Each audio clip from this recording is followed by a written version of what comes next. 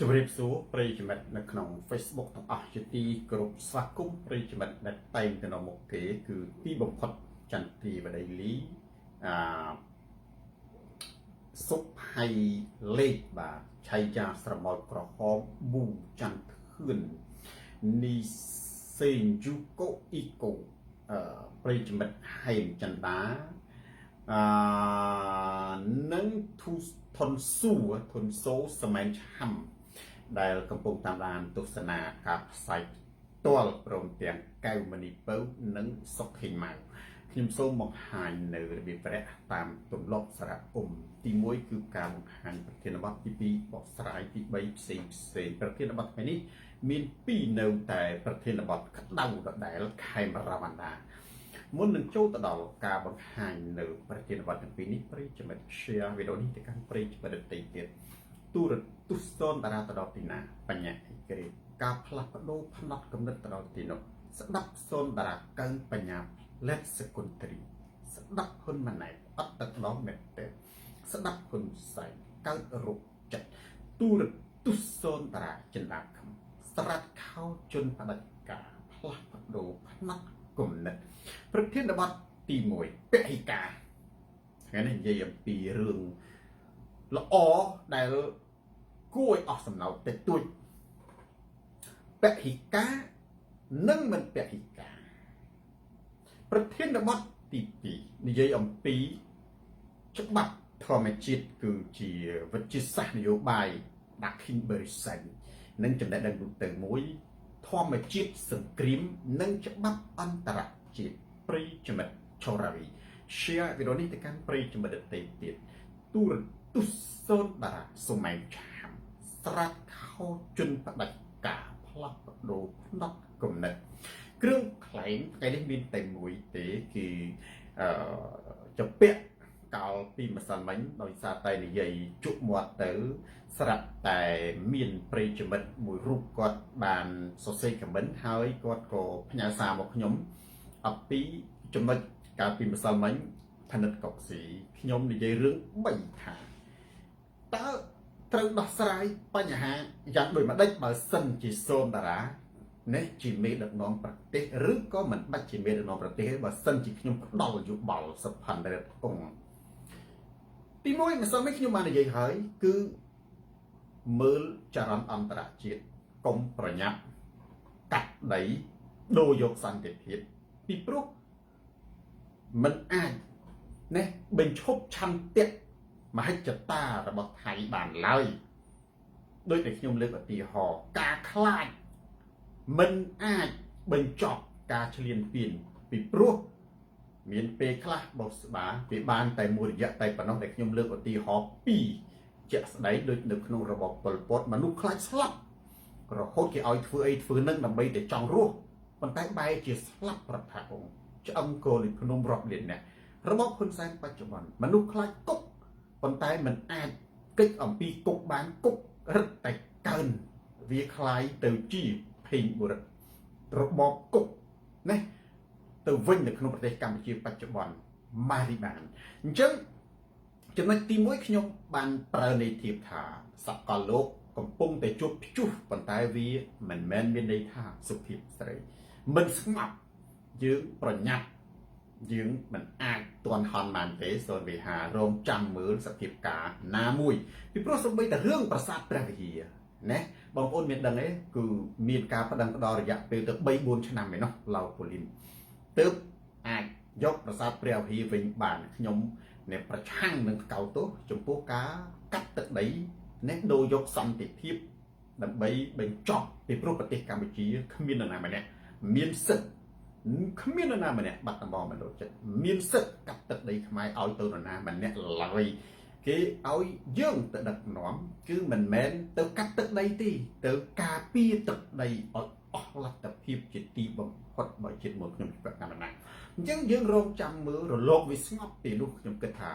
នឹងមានដំណោះស្រាយសូម្បីតែសង្គ្រាមលោកសុខកៃឡាសូម្បីតែសង្គ្រាមត្រជាក់ក៏វាមានទីបញ្ចប់របស់វាអញ្ចឹងក្នុងអំឡុងពេលដែលប្រទេសអាមេរិកមហាអំណាចកំពុងតែធ្វើឲ្យពិភពលោកចលាចលដូច្នេះវាក៏តែមានទីបញ្ចប់ពីព្រោះ សភាពវៈល្អយើងសម្លឹងមើលឃើញនៅតែល្អដដែលទេអញ្ចឹងពេលណាដែលសភាពវៈល្អលើកចេញឡើងច្បាប់អន្តរជាតិមានឥទ្ធិពលយើងអាចទាមទារនិងយកទឹកដីកម្ពុជាប៉ុន្តែត្រូវប្រកាន់ជំហរថាថៃឈ្លានពានកម្ពុជា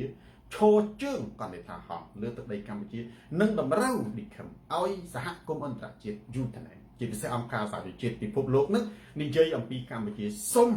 ឲ្យថៃដកទ័ពចេញពីកម្ពុជាដូចកិច្ចព្រមព្រៀងសន្តិភាពក្រុងប៉ារីតម្រូវឲ្យយួនដកទ័ពចេញពីកម្ពុជាដែរណាដាងខាវអានេះគឺជាការពិតមួយចំណុចទី1ខ្ញុំសូមអរគុណបងប្អូនណាដែលបានរំលឹកខ្ញុំព្រោះម្សិលមិញនេះខ្ញុំនិយាយតន្ត្រីពួកខ្ញុំត្រឹមតែមួយចំណុចហ្នឹងចុះចំណុច2ទៀតអីគេបងប្អូនចំណុចទី1នេះបើនិយាយឲ្យខ្លីទៅគឺត្រូវពឹងលើច្បាប់អន្តរជាតិត្រូវមានជំនឿថា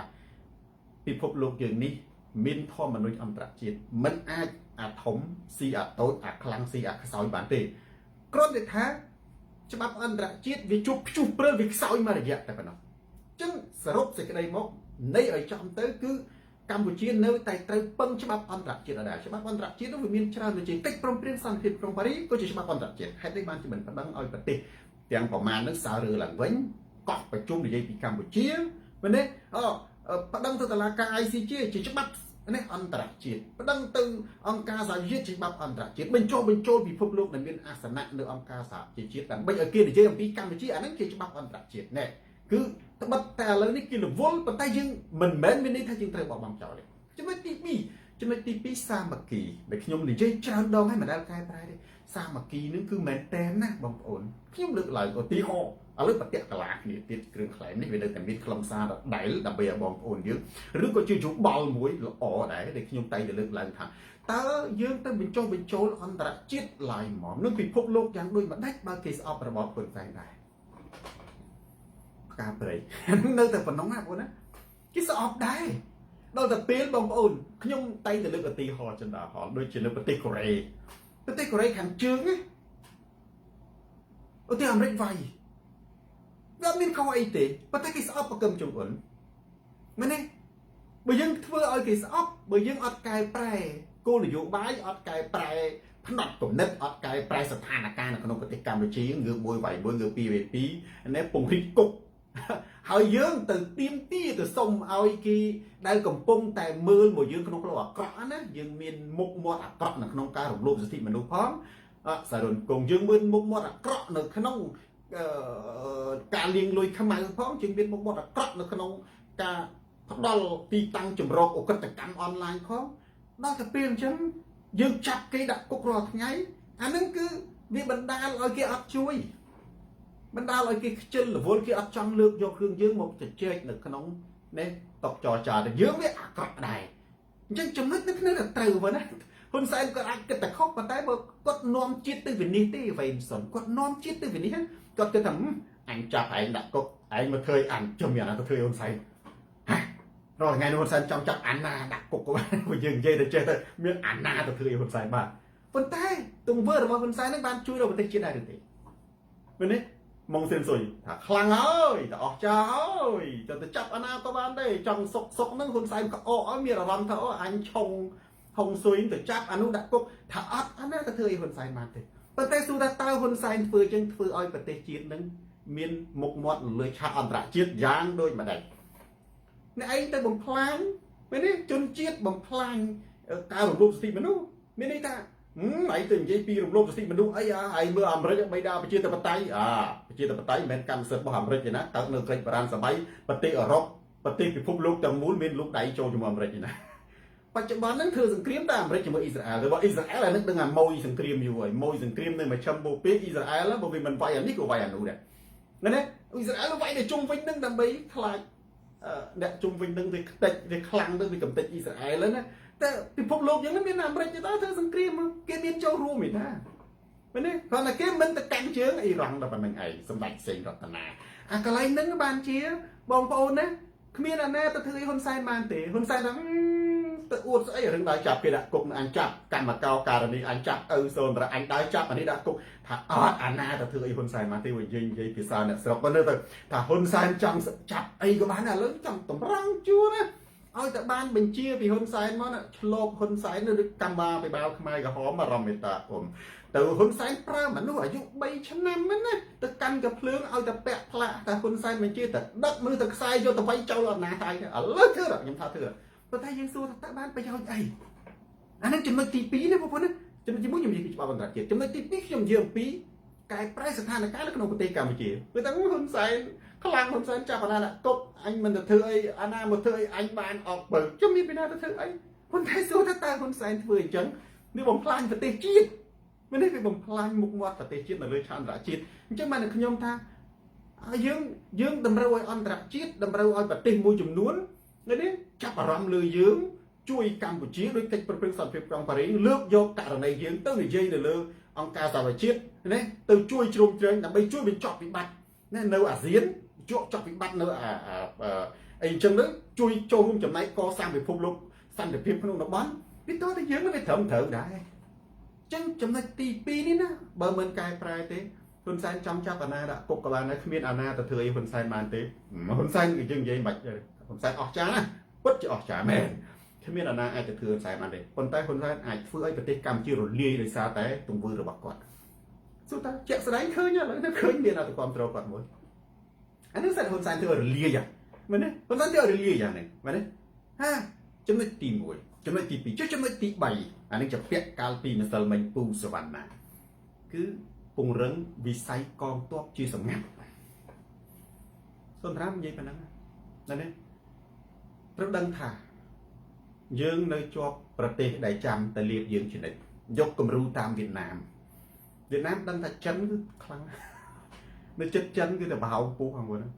ពុះប្រវត្តិចិនវាយឈ្លានពានខ្មែរយើងត្រូវលំដាចិន្តាពង្រឹងកងទ័ពជាសម្ងាត់ពង្រឹងកងទ័ពនេះគឺពង្រឹងទៅលើសពាវុធ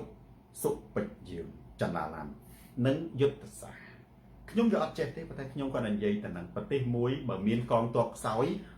ណាគឺมันអាចទៅបានទេហើយណាការពង្រឹងកងទ័ពនេះមិនមែនមានន័យថាយកមកធ្វើសង្គ្រាមតែមួយមុខទេគឺដើម្បីការពារបងឡៃសនដើម្បីការពារបងប្អូនពួកកម្ពុជាអត់ជ្រើសរើសសង្គ្រាមយើងមិនអាចរំលាយកងទ័ពបានទេពង្រឹងកងទ័ពបរិញ្ញយុទ្ធសាស្ត្របើយើងមិនប្រកែវាយចំមុខគឺយើងត្រូវវាយខ្មោចលងបើហ៊ុនសែនអាចដោះប្រស្នានេះបានណាគឺប្រទេសកម្ពុជាមិនងាយអ្នកណាគ្រប់គ្រងទឹកដីបានទេគឺធ្វើសង្គ្រាមខ្មោចលងធ្វើសង្គ្រាមខ្មោចលងហ្នឹងយើងពិតណាស់ថាវានឹងត្រូវលះបង់អ្វីយើងមិនអាចណែខ្លាចការទម្លាក់ក្របបែកដូចយួនណាហើយទម្លាក់ឲ្យខ្ទេចទៅ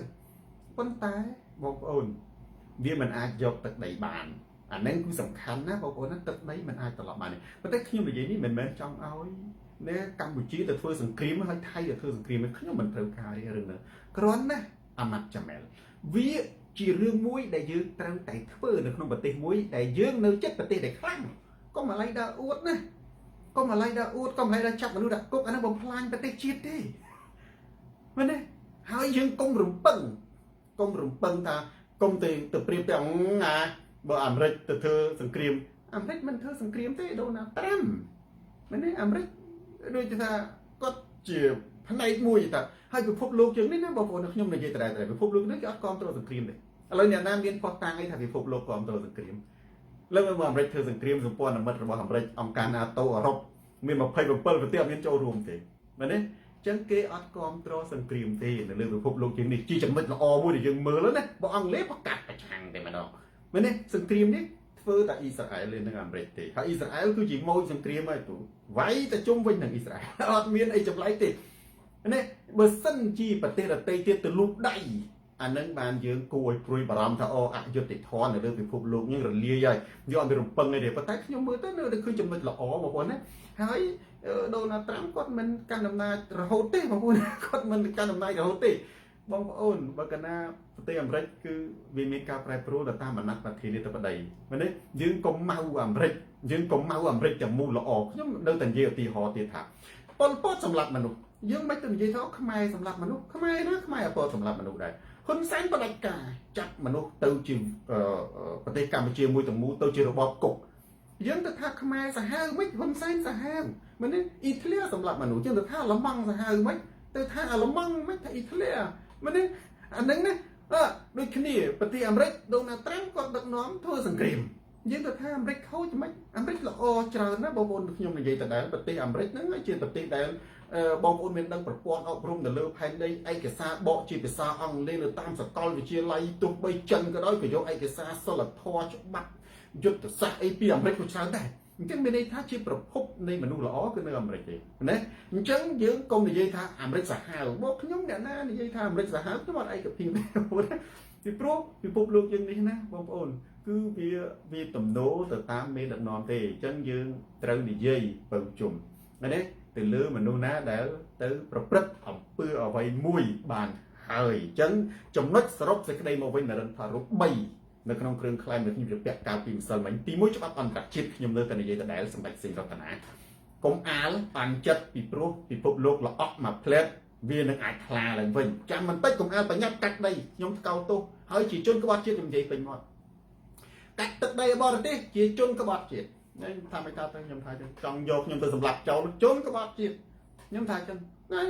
ខ្ញុំទោះជាមិនសម្លាប់ពួកខ្ញុំត្រូវស្លាប់តែទឹកដីមិនអាចបាត់បង់បានកាត់ដីបរទេសជាជនក្បត់ជាតិទី2គឺកែប្រែស្ថានភាពកុំធ្វើឲ្យយើងនឹងវាអាក្រក់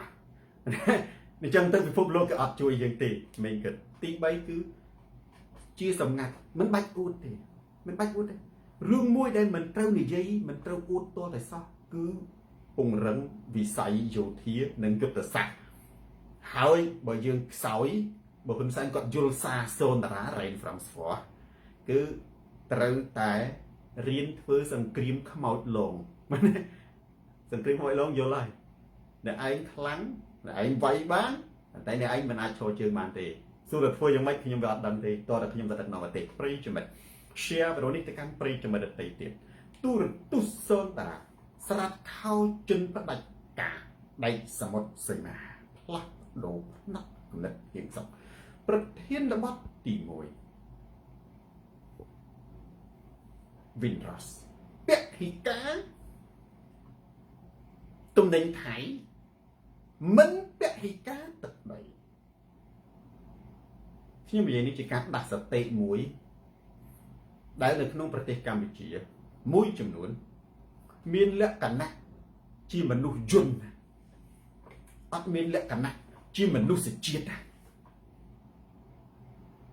តែនេះបងប្អូនបែរជាថាលោកគ្រូអ្វីទៅលក្ខណៈជាមនុស្សយន្តអត់មានលក្ខណៈជាមនុស្សជាតិហើយក្បត់ឧត្តមគតិរបស់ខ្លួនឯងទៅទៀតអ្នកមួយចំនួនមនុស្សយន្តមានន័យថា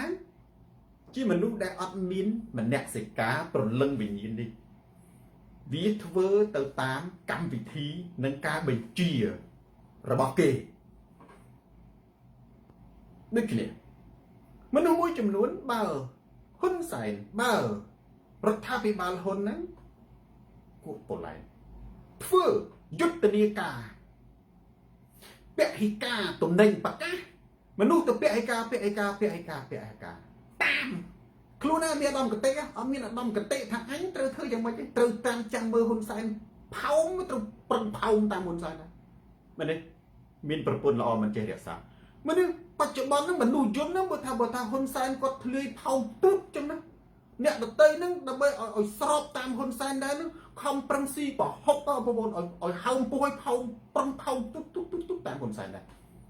អាហ្នឹងគឺគេហៅថាខ្ញុំនិយាយទី1បើរឿងទឹកដីមនុស្សអត់ខ្វល់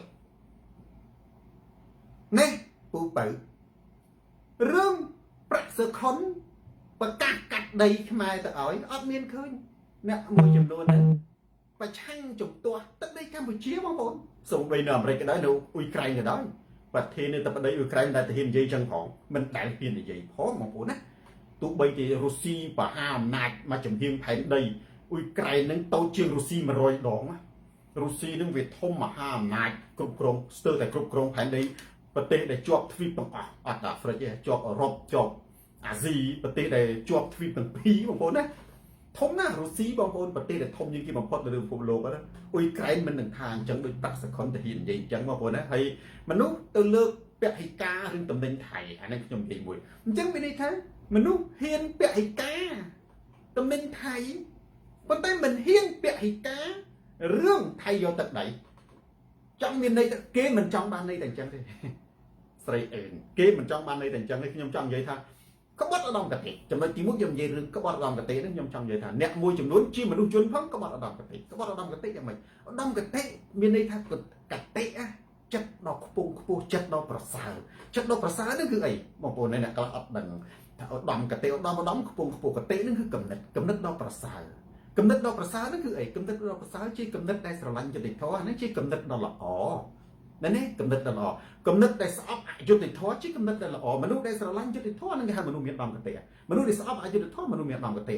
មនុស្សដែលមានសិលធម៌ហៅមនុស្សមានដំកតេណានេះមនុស្សដែលឈឺចាប់នឹងការបាត់បង់ទឹកដីជាមនុស្សដែលមានដំកតេជាកតេដ៏ឧត្តមឧត្តមកតេដ៏ឧត្តមឧត្តមគឺកតេដែលស្រឡាញ់ទឹកដីកតេដែលស្រឡាញ់ជាតិកតេដែលស្រឡាញ់ប្រជាជនកតេដែលស្រឡាញ់យុត្តិធម៌កតេដែលស្រឡាញ់គុណធម៌កតេដែលស្រឡាញ់ច្បាប់នេះកតេដែលស្រឡាញ់ការគោរពអានេះហៅឧត្តមកតេមនុស្សខ្លះមានការឈឺចាប់ឌិខំសូផនសមានការមិនសบายចិត្តនឹងទង្វើអយុត្តិធម៌ការឈ្លានពានរបស់ថៃប៉ុន្តែមិនហ៊ានបង្ហាញការឈឺចាប់របស់ខ្លួនទេមិនហ៊ានសម្ដែងថាថៃឈ្លានពានទឹកដីទេទៅសម្ដែងតាមហ៊ុនសែនផោមទៅវិញហ៊ុនសែនផោមទូចចឹងទៅម្នាក់នឹងគាត់ថាថ្ងៃហ្នឹងផោមអត់ចេញទេខំប្រឹងទល់លិមុខអត់ហ៊ានទៅប្រគុណផោមតាមហ៊ុនសែនទៅទូចចឹងទៅនេះអូបើថារដ្ឋាភិបាលគេធ្វើយុទ្ធនាការទៅទូតាមនោះទូទៅអាហ្នឹងមនុស្សហ្នឹងគឺទី1មនុស្សយន្តអត់ធ្វើអីទៅតាមសច្ចភាពជាក់ស្ដែងទី2មនុស្សហ្នឹងអ្នកខ្លះទេមិនមែនទាំងអស់ទេអ្នកខ្លះក្បត់ឧត្តមកតេខ្លួនឯងក្បត់ឧត្តមកតេខ្ញុំនិយាយថាឧត្តមកតេរបស់ខ្លួនឯងឈឺចាប់ណាជាមួយនឹងប្រាក់សខុនដែលនិយាយកាត់ដីទៅឲ្យថៃឈឺចាប់ណាស់ជាមួយនឹងការឈ្លានពានរបស់ថៃឈឺចាប់ណាស់នឹងទង្វើអយុត្តិធម៌នៅក្នុងសង្គមកម្ពុជាឃើញភ្នែកទេបងប្អូនឃើញភ្នែកឈឺចាប់ណាស់ជាមួយនឹងអង្គើពុករលួយណានឹងភាពអយុត្តិធម៌ផ្សេងប៉ុន្តែមនុស្សហ្នឹងមិនហ៊ាននិយាយមិនអាចនិយាយព្រោះគាត់ដឹងថានិយាយទៅគាត់ត្រូវបានណាគេចាក់ដាក់គុកអានេះក្បត់គឺមានន័យថាឆន្ទៈ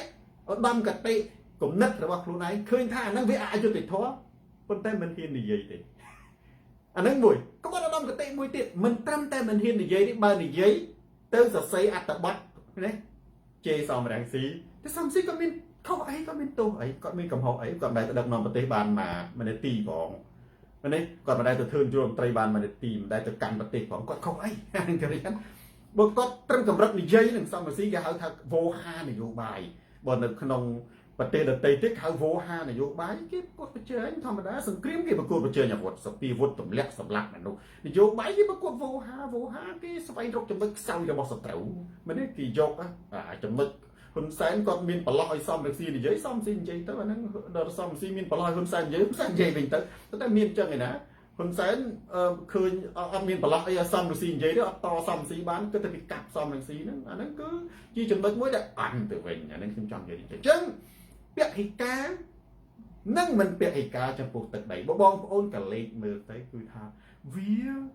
សេងសំណាងគួរឲ្យអាម៉ាស់ហ្មងណាគួរឲ្យអាម៉ាស់មិនគួរណាប្រជាជនខ្មែរយើងមួយចំនួនទូទាំងប្រទេសហ្នឹងបងប្អូនអង្គុយស្រក់ទឹកភ្នែកដូចជំនាន់ប៉ុលពតបច្ចុប្បន្នឧត្តមកតេមនុស្សណាសុខចិត្តអង្គុយស្រក់ទឹកភ្នែកមើលប្រាក់សខុនមានផែនការកាត់ទឹកដីហើយសូម្បីតែម្ចាស់ដីម្ចាស់ភូមិកំណើតខ្លួនឯងរាប់ម៉ឺនគ្រួសារនៅតាមព្រំដែនហ្នឹងទុលាពិនណាក៏គាត់មិនដឹងជាឈូចាប់ខ្លោចផ្សាយ៉ាងណានៅពេលដែលបានស្ដាប់ទៅវាអត់មានកើននៅសេចក្តីចម្រើនគេហៅថាកើតរោគចិត្តណាជួនកាលមិនមែនស្ដាប់ហ៊ុនសែនកើតរោគចិត្តទេស្ដាប់ហ៊ុនសែននិងកូនចៅហ៊ុនសែនកើតរោគចិត្តដែរមនុស្សស្ដាប់ប្រាក់សខុនកើតរោគចិត្តណាផ្លែនឹងរដងវាមិនដែរអញ្ចឹងទេប៉ុន្តែរឿងទឹកដីហ្នឹងគឺជារឿងសំខាន់អញ្ចឹងបងប្អូនចំណុចនេះខ្ញុំគ្រាន់តែចង់លើកយកចេះសួរថាតើពហិការតំណែងថៃវាអាក្រក់ទេវាអន់ទេមិនអីទេបាទខ្ញុំគ្រប់គ្រងថាខ្ញុំមិនចាំបាច់ទៅលើកផ្លាកមិនចាំបាច់ទៅនិយាយទេបច្ចុប្បន្នខ្ញុំមិនដែលខ្ញុំទៅផ្សារខ្ញុំទិញខ្ញុំមើលតែផ្លាកបើថាអក្សរថៃមកទិញអង្គក៏ដោយខ្ញុំអត់ទិញទេបើមកហូបបន្លែណាដែលមានអក្សរថៃខ្ញុំមិនទិញគាត់ថាខ្ញុំមិនចាំបាច់អួតបងប្អូនខ្មែរយើងណាខ្ញុំគ្រាន់តែនិយាយទៅអ្នកដែលមានឧត្តមកតេកណេតាហង្សគេមិនចាំបាច់ទៅធ្វើយុទ្ធនាការផ្លាកអីទេគឺគេអត់ទិញពីខ្លួនគេពីព្រោះ tinh nâng vì vay pro ha bê đồn kỳ mạnh kỳ lấy không số bóng của ôn môi chùm luôn để mình là đọc cái tệ nơi ẩm rinh nơi cái tệ này ọt miên tầm ninh khai mà đó lên có nhóm tính sắp cho tinh tầm ninh bao dùn bao chân hút tầm ninh thấy tầm ninh dùn tầm ninh chân cái tay mùi đôi kiềng có vì miên màu bị thấy màu bị chân màu bị dùn nhưng từ tầm mờ màu bị khai của miên nó vừa thay đôi xoài muối đọc của muối đồng pơ lá hay nơi dọc máy bông ô nó đọc của pơ lá tinh ban mà cút la này nó chân ban về cả nặng bạc và chi chân ấy chúng ta khơi nhầm một học xoài bao giờ và khi nào mà bài ta đo bà răng ấy ta đo bà răng ấy nó clean on miền ấy chả mà đấy gì gì nè ta đo sọc bà răng ấy nó ra hiền nên đấy nơi ta ọt AC nơi ta si xoài bốc đọc si xoài cái đọc bốc cho môi tóc tray tiệt nhưng ta ai nhà ai ta ai mình đăng thế ta xoài nè nè nó sọc đi được cò nè bờ bà người khi ai nó sọc mai nó xoài nó đi muối mà bồn muối đi đọc muối đồng bờ là năng dương một priệp thiệp tử đấy tình mà hộp răng tình ấy thao cái sưu lá mà tình xoài muối lên tình bây giờ tình sọc mai ba mà cút làm nó nè mà đấy đọc bằng muối đồng bờ lá với sao của màn với sao pram mơn bằng muối mơn này bằng muối nó sẽ pram mơn muối mơn được xoài mày nhưng mà cái lô pram rồi với sao của màn này nên đấy với sao mà rồi cái lô mà cút làm là mồ mà nhung tình xoài mà là muối tới rồi nè anh ấy nhung thì họ đây muối mà tất nhung chẳng gì hết rước tệ cá nhung con trâu xây bình nhung con trâu cứ tệ cá men tệ muối tiếp rước tệ cam chết chô thì tệ cá chô anh nói về men tệ cá men tệ chô rước để trâu này dây ọt miên là làm dây bắt bỏ để chân khai chọt cục dù tới mà nó khai bắt băng tận đây trên khai chọt cục mà bốn thì quý vị tí vậy mà bốn tệ cá được nó tệ cá mà chia giữa trăm bách tinh cho nó thôi tại miên chỗ bắp hàm chô là dù tư vì năng rồi lia dài dắt pin mà chăn ăn chiếng tầm ninh để lúc ọc cứ lúc hỏi chân vì chỗ bà chia nè bút nguồn tay thông về nơi ta nóm trâu chân chứ ạc bệ ca nâng còn này chỉ là bay lên đang bay chi và cắn mà ruột nên là lạc môi chấm luôn nâng đang bay nè luôn chất hồn sánh đang bay ở khơi ta luôn ấy nước bà chăng cái mùi nâng mà lúc ật miên cầm hộp chăng cho mùi cái nạp bạ phải chăng một nốt cầm hộp tại bà bất nông tiền chứ rương tật đấy cứ chỉ rương muối là dương sầm khăn mình men chỉ là bọc cả nạp bạ na thế thì dương tới tại cất tầng ọc này chính sẽ sẽ cái đây một quýnh bằng hồn rương tật đấy sầm khăn chiên rương ấy tầng rương bệ ca tụm đấy ní na nhung con này dương ở lớp nhung dương chủng mạch sầm khăn đi chọc tim muối nhung dương rương bành nhảy tim muối rương ở đâm cả tích mà này mà đúng á cứ sốc chất á mình chăm bắt đi quán tại khơi dân học thay cái số chuyện đẹp không mình chăm bạch như vậy chui chắp á nó bên nè để dương mi là đâm cái tị miếng ca chui chắp mình chăm bạch là làm một bạc dương đi đâm cái tị nữa vì chê sẽ đây thì vậy đâm dương cái tị họ đã bom ổn tự tin là bỏ thấy mà phốt mình đặt chắc đây là khi nhóm mới nhập tình máu lưng lên là khi mặt đằng khi mình đằng mà đó tiếc nhưng khơi nha chúng ta bọc cho lưng cái thằng từ vào đó rồi thì họ chẳng á có tới bữa anh chay tần na nhưng mình đằng đấy hay hỏi đặt bọc với mưa ấn trâu rồi ló nên đi anh ấy dân tự đục trâu là mấy anh ấy thì họ là chân dân mình tự đặt toàn là căng luôn ấy đấy vấn đề việc chạy tận á bởi dân tao mà nuôi đâm miên là đâm cái tệ nó kế mình trăm bách tư để dây cha này vì pro của đâm cái tệ nó chê sẽ đầy kể mũi tiết nhưng mà dây cà phim sần bánh được nông bát tiền là bát tí phí thà hay là bấy ban chi phải chê bột cái máy nơi để chọn đánh trâu bát tịch hay rót rồi nè anh ấy thay chặt bàn đây thì mình chỉ cho thay để thay chặt một bàn nâng nơi sọc thay vào màn liền nè vào màn xài nè bù bèo miền này ta có bè sồn hỏng tại có bè cứ vừa ai mình luôn nâng đồng có là giúp chỉ vật thông tì mùi lên miền là bằng cái tay vừa mà luôn nâng khláu vừa mà luôn nâng khải vừa mà luôn nâng liền chẳng dương bè hay ca mấy cái tay cái cam bị chia dương với admin ca nghi ai mà luôn vừa lì đồ nọ đo tập tì chẳng thứ anh ấy chết từ lượng nâng sắm bài do chật hôn sai ta đo tại tiền mà luôn để admin sẽ cái đây admin để admin ca nghe thưa admin chủng nâu lên bật bật cắt mình được kho được bệ ca ấy mình trầm ta bệ ca tụi mình thay đi lúa lo ban cho được từ ca trong thay chặt ban thọt máu dương mưa được tiền này chân còn lại đi nhưng trong ngày mày dưỡng cùng bắt bóng có đom cái tệ cùng trong ngày mày dưỡng bắt bóng mình nè xịt cả nhưng mình trong ngày mày dưỡng bắt bóng từ này thì nhưng mà vậy cả vì mà sợ mảnh tức đấy នេះក្បត់ជាតិគឺក្បត់ទឹកដីនឹងប្រជាជនសាសនាវប្បធម៌ប្រពៃណីទំនៀមទម្លាប់គឺជារឿងមួយដោយឡែកមនុស្សអាចផ្លាស់ប្ដូរទៅវិញបាននៅអាមេរិកមនុស្សមានរាប់ពាន់ជនជាតិរាប់ពាន់ជំនឿរាប់ពាន់សាសនារាប់ពាន់វប្បធម៌គេអត់ខ្វល់ទេគេសំខាន់ទឹកដីរបស់អាមេរិកមែនទេអាមេរិកនៅកាលីហ្វ័រញ៉ាសរសេរអក្សរអង់គ្លេសតែអានជាអក្សរនៅតំបន់មួយចំនួនអានជាអក្សរអេស្ប៉ាញអាហ្នឹងណាអញ្ចឹងនៅយួនពីដើមអក្សរមានទម្រង់ដូចចិនឥឡូវអក្សរជាបារាំងមែនទេអញ្ចឹងភាសាវប្បធម៌សាសនាជារឿងធម្មតាទេនៅប្រទេសមួយមានសាសនាចម្រុះជារឿងធម្មតាសូម្បីនៅតែនៅអ៊ីស្រាអែលក៏ដោយមិនមែនមានតែសាសនាមួយទេមានសាសនាចម្រុះមានវប្បធម៌ចម្រុះដូចខ្ញុំនិយាយទៅនៅស្រុកម៉ាឡេស៊ីសូម្បីតែមកបងប្អូនទៅម៉ាឡេស៊ីឬម៉ាឡេស៊ីមានសាសនាចិនសាសនាពុទ្ធចឹងទៅមានសាសនាហិណ្ឌូមានសាសអ៊ីស្លាមលុបនេះគ្រប់ដណ្ដប់ប៉ុន្តែវានៅចម្រុះវាមិនអាចនិយាយថាអូនៅម៉ាឡេស៊ីហ្នឹងពួកចិនអានឹងមិនមែនម៉ាឡេស៊ីមែនទេណាលើកលែងតែបាត់ទឹកដីដូចនគរចម្ប៉ាខ្ញុំនិយាយនឹងបាត់ទឹកដីអានឹងបានបាត់ជាតិបាត់បង់ជាតិតែលែងមានអីសាសនាវានៅចម្រុះមែនទេដូចនៅខ្ញុំនិយាយនឹងម៉ាឡេស៊ីឥណ្ឌូនេស៊ីដូចឥណ្ឌូនេស៊ីនៅកោះបាលីហ្នឹងគឺចម្រុះវប្បធម៌ចម្រុះវប្បធម៌បុរាណនៅក្នុងប្រទេសឥណ្ឌូនេស៊ីហ្នឹងអាហ្នឹងវានៅតែឥណ្ឌូនេស៊ីដដែលតើបងប្អូនណាអញ្ចឹងក្បត់ជាតិគឺក្បត់ទឹកដីនិងប្រជាជនត្រូវចាំប៉ុណ្ណារឿងសាសនាវប្បធម៌ប្រពៃណីទំនៀមទម្លាប់គឺជារឿងរបស់ជនជាតិនីមួយៗដែលរស់នៅលើទឹកដីហ្នឹងបើបាត់ទឹកដីគ្រីវុធីអានឹងគឺយើងទៅជាជនជាតិគេហើយប្រិយមិត្ត share វីដេអូនេះទៅកាន់ប្រិយមិត្តដីទៀតទូរទស្សន៍សូនតារាស្រាប់ខោជនផ្ដាច់ការទីបងជុំផ្លាស់ប្ដូរផ្នែកគំនិតប្រធានបទទី2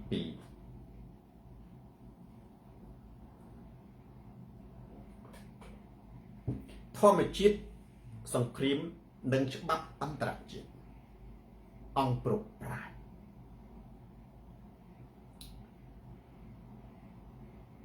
ជាវិទ្យាសាស្ត្រនយោបាយមួយជាការចែករំលែកបងប្អូនអ្វីទៅដែលហៅថាធម្មជាតិសង្គ្រាមប៉ុន្តែមុននឹងខ្ញុំនិយាយអំពីធម្មជាតិសង្គ្រាមខ្ញុំនិយាយអំពីច្បាប់អន្តរជាតិមុនបងប្អូនដឹងតែច្បាប់អន្តរជាតិកើតពីណាទេខ្ញុំចង់សួរកូនសិស្សសូនតារាបន្តិចមិនសកុនត្រីអូមីសែនតើច្បាប់អន្តរជាតិកើតពីណាខ្ញុំដឹងថាកូនសិស្សសូនតារាត្រូវតែមានអ្នកឆ្លាតមួយមែនទេប៉ុន្តែសំណួររៀងលំបាកបន្តិចអង្គពិសិដ្ឋឆ្លើយខ្លីៗបងប្អូនណាព្រោះកណាសូនតារាសរសេរវែងខ្ញុំអត់មានពេលអានណាមួយខមមិនលោតបងប្អូនអ្នកមើលអត់សូវឃើញលោតប្រហែលទេបើតែខ្ញុំនៅនេះលោតពពោះដែលបងប្អូនមើលទីការបងប្អូនសរសេរទៅវាលោតបងប្អូនបានមើលទេច្បាប់អន្តរជាតិកើតមកពីណាណាច្បាប់អន្តរជាតិកើតមកពីណាICJ ICC is China ទុកមកឡៃសិនមែនទេទីមេងជាបន្ទាប់ពីសង្គ្រាមបញ្ចប់មានន័យថាម៉េចបន្ទាប់ពីសង្គ្រាមបញ្ចប់នឹងដូចជាភាគរយអានី100បន្ទុកណាមហាអំណាច0បន្ទុកប៊ីនសានកិច្ចព្រមព្រៀង20បន្ទុកមែនទេចិនណាត90បន្ទុកសារ៉ាអ៊ុំ0បន្ទុកគេមិនមែនកើតនៅឯណាទេនៅស្វីសឡង់មិនមែននៅឯណាទេម៉ុងតូ100បន្ទុកមែនទេ Tiger Forest មកពីអាមេរិក0បន្ទុកណាប៊ុនថុលឆេងក្រោយពីសង្គ្រាមលោក50បន្ទុកណានីគីតួមកពីមនុស្ស10បន្ទុកណាបើជាតិមុនមកពីបារាំង0បន្ទុកណាគុំធឿនបន្ទាប់ពីសង្គ្រាមលោកទី2 50បន្ទុកមានអ្នក100បន្ទុកហើយដូចងួនឆេងឆៃហៀង100បន្ទុកបងប្អូនច្បាប់អន្តរជាតិកើតពីសង្គ្រាមណាបងប្អូនស្ដាប់ទៅអញក៏លន់ឆែកមានពេលខ្លះសម្ដីសូតារាមួយម៉ាត់វិទ្យាសាស្ត្រហើយបងប្អូនទៅស្រាវជ្រាវទៅតើច្បាប់អន្តរជាតិកើតពីណាមកខុនស៊ីណាដែរចម្លើយឲ្យខ្លីច្បាប់អន្តរជាតិកើតពីសង្គ្រាមខ្ញុំនិយាយពីសាវតារាបន្តិចមុននឹងខ្ញុំឈានចូលទៅដល់ចាំមកខ្ញុំនិយាយនឹងមុនខ្ញុំនិយាយពីច្បាប់អន្តរជាតិនិងធម្មជាតិសង្គ្រាម នេះឥឡូវខ្ញុំនិយាយពីច្បាប់អន្តរជាតិនៅលើពិភពលោកពីដើមអត់មានច្បាប់អន្តរជាតិទេមានតែច្បាប់ព្រៃអ្វីទៅហៅថាច្បាប់ព្រៃសួរតទៀតណាអ្វីទៅច្បាប់ព្រៃកូនសិស្សសម្រាប់ត្រូវតែមានអ្នកឆ្លាតទៀតរមេតាអ៊ុំអត់ទាន់ឃើញឆ្លើយទេអុកសុភ័ក្រប្រយុទ្ធសកុន្ទ្រីអ៊ុមីសែនណែគាត់បង្កើតអានេះបង្កើតផ្សេងទៀតឌីខឹមអូនការអង្គការសហប្រជាជាតិអង្គការសហប្រជាជាតិនេះមកកើតពីសង្គ្រាមនេះច្បាប់អន្តរជាតិកើតពីសង្គ្រាមមែនទេសង្គ្រាមបណ្ដាលឲ្យមានច្បាប់អន្តរជាតិដើម្បីកំណត់ព្រំដែនបញ្ចប់សង្គ្រាមបែងចែកប្រទេសពិភពលោកមែនទេ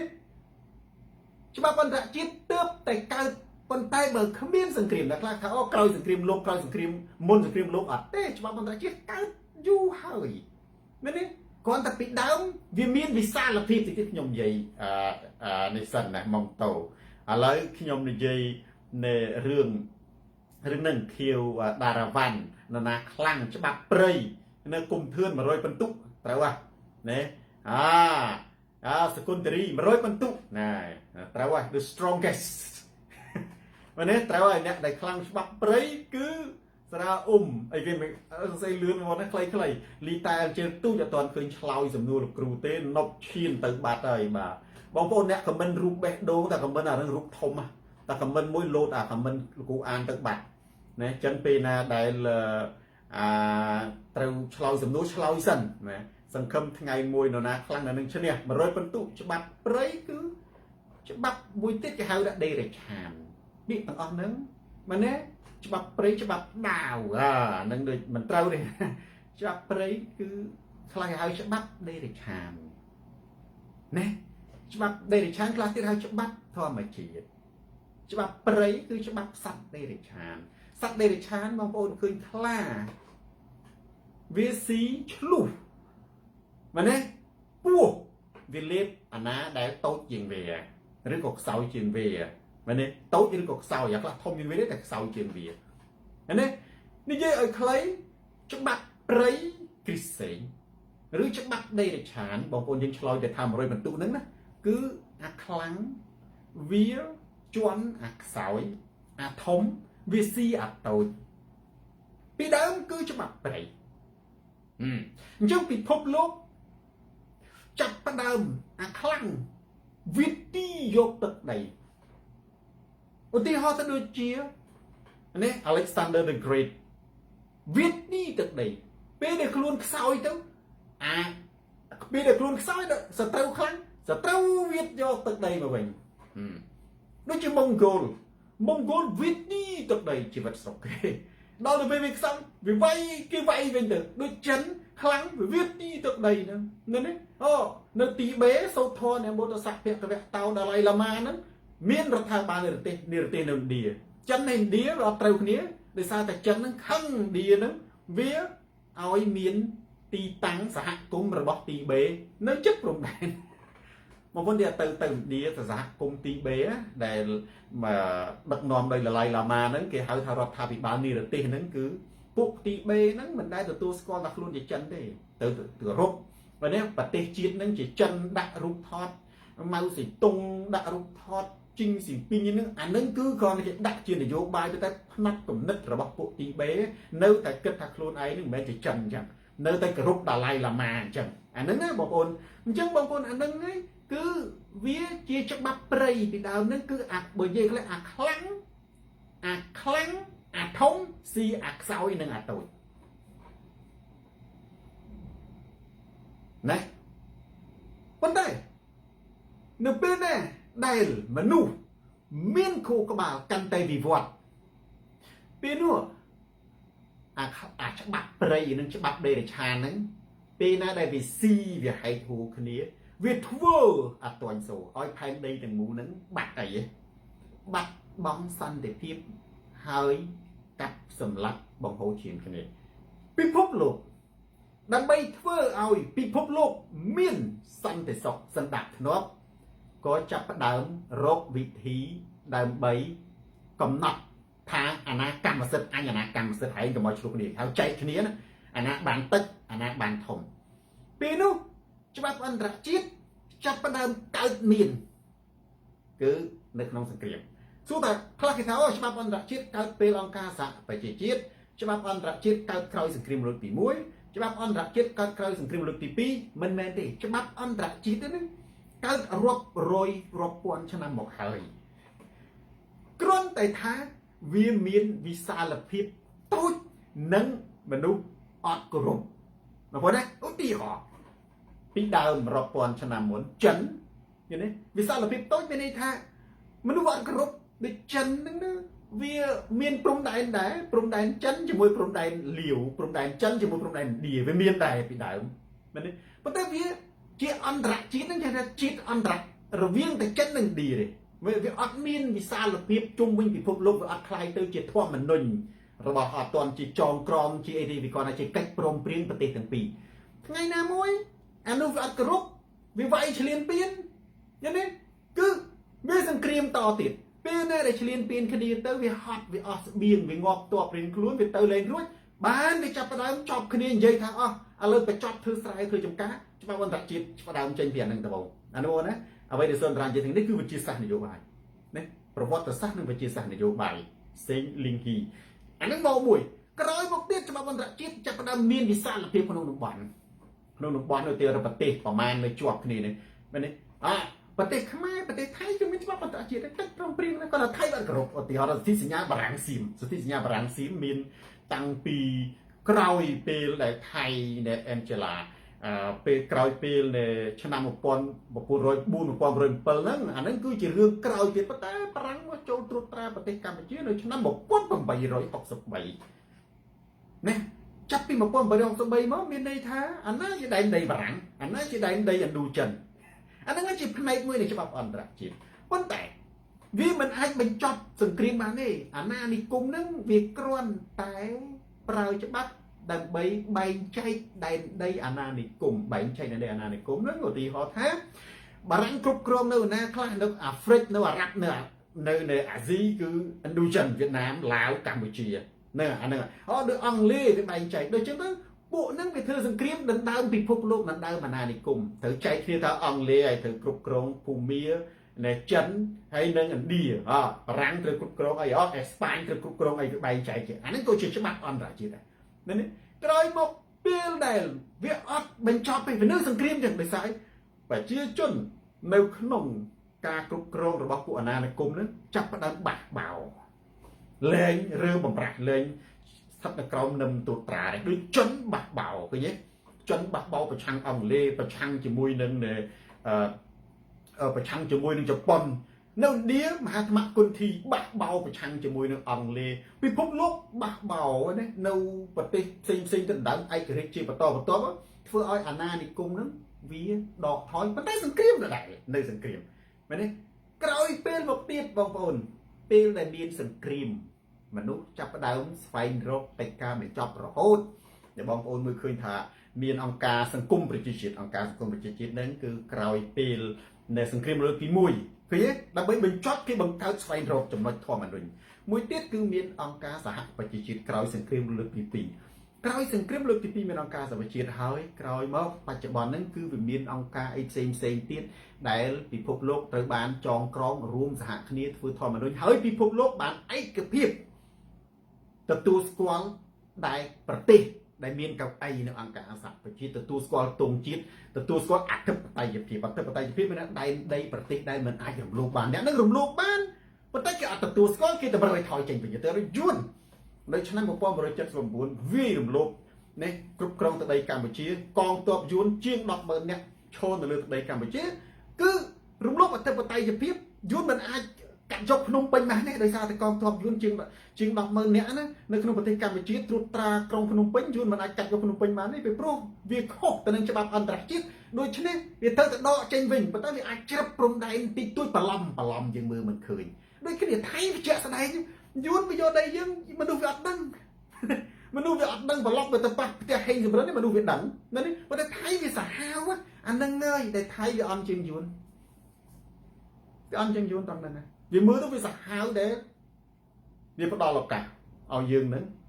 ធ្វើឲ្យច្បាប់អន្តរជាតិមាន ប្រសិទ្ធភាពអញ្ចឹងច្បាប់អន្តរជាតិវាមានដំណើរយូរហើយគ្រាន់តែថាចាប់តាំងពីការឯកភាពទ្វេភាគីរហូតទៅជាធម្មនុញ្ញពិភពលោកបច្ចុប្បន្នហ្នឹងណាមានច្បាប់អន្តរជាតិហ្នឹងហើយបានពិភពលោកមានសន្តិភាពធ្នាប់មានលិខិតឆ្លងដែនមានទឹកតកាមកនេះមានកៅអីក្នុងការសហប្រជាជាតិមានផ្ទៃដីហើយពិភពលោកបច្ចុប្បន្នសង្គ្រាមគឺកើតឡើងតាមឆន្ទៈមហាអំណាចបើឆន្ទៈប្រទេសដទៃទៀតគឺអត់ទៅរួចទេអាហ្នឹងគឺយើងនិយាយអំពីច្បាប់អន្តរជាតិកើតពីណាមកប្រភពបើយើងនិយាយខ្លីទោះជាវែកញែក1លានទំព័រក៏ដោយច្បាប់អន្តរជាតិកើតពីសង្គ្រាមគឺជាមាតាបិតានៃច្បាប់អន្តរជាតិពីព្រោះច្បាប់អន្តរជាតិធ្វើឡើងដើម្បីបែងចែកភូមិសាស្ត្រទឹកដីបញ្ជាសង្គ្រាមការបង្ហូរឈាមឲ្យពិភពលោកមានសន្តិភាពបើគ្មានច្បាប់អន្តរជាតិពិភពលោកគ្មានសន្តិភាពទេអញ្ចឹងវាមិនអាចដើរថយក្រោយទេនៅខ្ញុំនៅតែមានជំនឿថាពិភពលោកមិនអាចដើរថយក្រោយទៅរាជវង្សហានមិនអាចដើរថយក្រោយទៅនៅអធិរាជណាប៉ូឡេអុងមិនអាចដើរថយក្រោយទៅ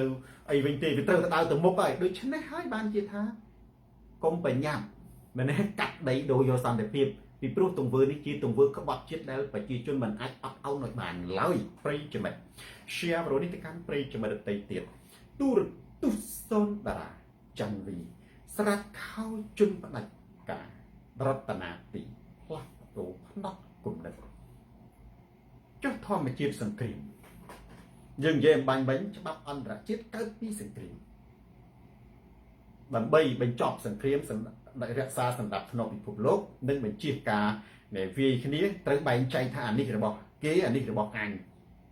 ឲ្យនៅចប់ត្រឹមនឹងចប់បើមិនអញ្ចឹងទេសង្គ្រាមផែនដីនេះអត់ចប់ទេបងប្អូនធម្មជាតិសង្គ្រាមគឺកើតឡើងពីអាខ្លាំង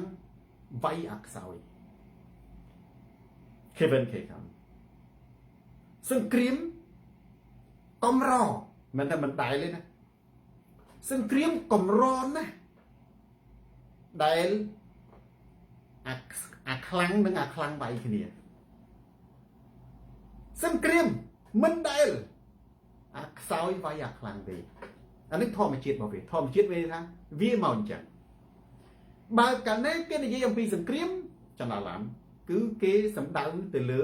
អាខ្លាំងវាយអាខ្សោយណាបើកាលណាគេនិយាយអំពីច្បាប់អន្តរជាតិគេនិយាយអំពី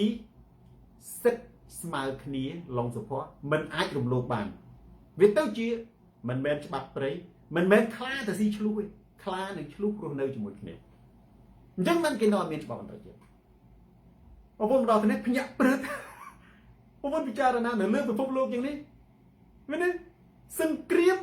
ធម្មជាតិរបស់សង្គ្រាមកើតឡើងពីអាខ្លាំងវាយអាខ្សោយឌីហ្គោសមេតនីមួយហើយកំរណាអាខ្លាំងវាយអាខ្លាំងហើយមិនដែលទល់តែសោះអាខ្សោយទៅវាយអាខ្លាំងបើបងប្អូនរកឃើញថាសូនតារានិយាយខុសចូលរកផុសតាំងឲ្យឃើញមួយនេះសង្គ្រាម Alexander the Great កាលពីជំនាន់មុនគ្រិស្តសករាជនៅម៉ាសេដូនីគឺ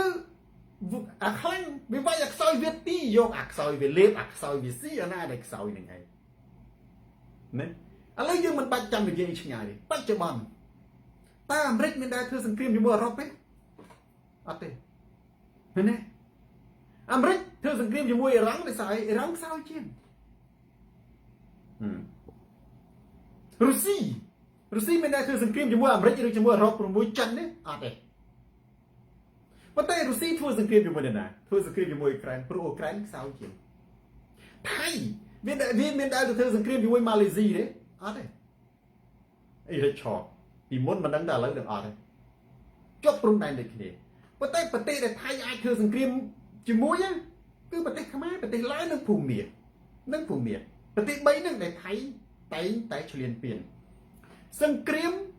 ជាច្បាប់ធម្មជាតិគឺកើតចេញពីអាខ្លាំងវាយអាខ្សោយមិនដែលមានសង្គ្រាមណាដែលកើតចេញពីអាខ្លាំងប៉ះខ្លាំងនេះខ្លាំងប៉ះខ្លាំងគ្រាន់តែឆ្លោះគ្នាតាម1នាទី2នាទីគឺ ត្រូវគ្នាវិញមែនទេខ្លាំងប៉ះខ្លាំងណាស់ឈឹមសុផាតទោះជាឆ្លោះគ្នាក៏ដោយឆ្លោះគ្នាត្រមាត់បើវាយគ្នាវាយតែមកព្រឹកហើយត្រូវគ្នាវិញអញ្ចឹងបងប្អូនយើងមើលនៅលើពិភពលោកយើងនេះណាដែលខ្ញុំនិយាយនេះណាជាផ្នែកគំនិតមួយជាចំណេះដឹងមួយសម្រាប់ឲ្យខ្មែរពិចារណាជាពិសេសមេដឹកនាំដែលកាន់កាប់ប្រទេសពិចារណាមិនដើម្បីបញ្ជៀសការឈ្លានពានតតែធ្វើឲ្យខ្លួនយើងខ្លាំងតើធ្វើខ្លួនយើងខ្លាំងអានឹងចំណុចមួយមែនទេអញ្ចឹងហើយបានជាប្រទេសនីមួយគឺធ្វើឲ្យខ្លួនឯងខ្លាំងចុះអ្វីដែលថាធ្វើខ្លួនខ្លាំងខ្ញុំត្រឡប់ទៅគ្រឿងខ្លាំងទាំង3វិញទី1គឺច្បាប់អន្តរជាតិយើងនៅតែមានជំនឿទី2គឺហ៊ុនសែនកែប្រែមែននេះវប្បធម៌នយោបាយដើម្បីកុំឲ្យអន្តរជាតិស្អប់គាត់ស្រីនសុជាតិទី3គឺពង្រឹងសមត្ថភាពកងទ័ពជាសម្ងាត់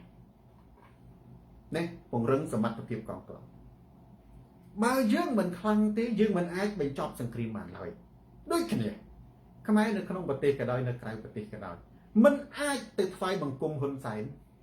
ព្រោះតែខ្លាចហ៊ុនសែនចាប់ដាក់គុកបានឡើយតែមិនអាចទេនួនគ្រីមែនទេគឺត្រូវតែធ្វើឲ្យខ្លួនយើងខ្លាំងស្មើហ៊ុនសែនឬខ្លាំងជាងហ៊ុនសែនសួរថាចុះសូនរាធ្វើម៉េចខ្ញុំក៏អត់ដឹងដែរខ្ញុំដឹងខ្ញុំធ្វើដែរប៉ុន្តែខ្ញុំតែងតែមានកំណត់មួយមានពេលខ្លះវាជាចម្លើយប៉ុន្តែធ្វើមិនទាន់បានបងប្អូននឹងចម្លើយសូនរាធ្វើម៉េចទេហ៊ុនសែនយកគុកមកបន្លាចបច្ចុប្បន្នហ្នឹងគាត់បង្ក្រាបមនុស្សគាត់មានអីក្រៅពីចាប់ដាក់គុកប៉ុលពតយកត្បូងចប់យកការសម្លាប់មកបន្លាចហ៊ុនសែនយកគុកមកបន្លាចអញ្ចឹងពេលដែលមនុស្សខ្លាចត្បូងចប់ប៉ុលពតប្រើតែត្បូងចប់ហ្នឹងទៅក្នុងប្រទេសកម្ពុជាពេលដែលហ៊ុនសែនខ្លាចគុកមនុស្សខ្លាចតែគុកហ្នឹងបងប្អូនសម័យមើលប៉ុលពតឬថាមនុស្សកំពុងតែកាប់ដីទូទាំងប្រទេសឥឡូវខ្លាចត្បូងចប់ប្រើចប់ខ្លួនឯងទៅវាយពួកកម្មាភិបាលស្រោះគ្នារាប់លានអ្នកតែប៉ុលពតគ្រប់គ្រងអំណាចដោយវិធីណាអត់ទៅរួចទេដូចគ្នា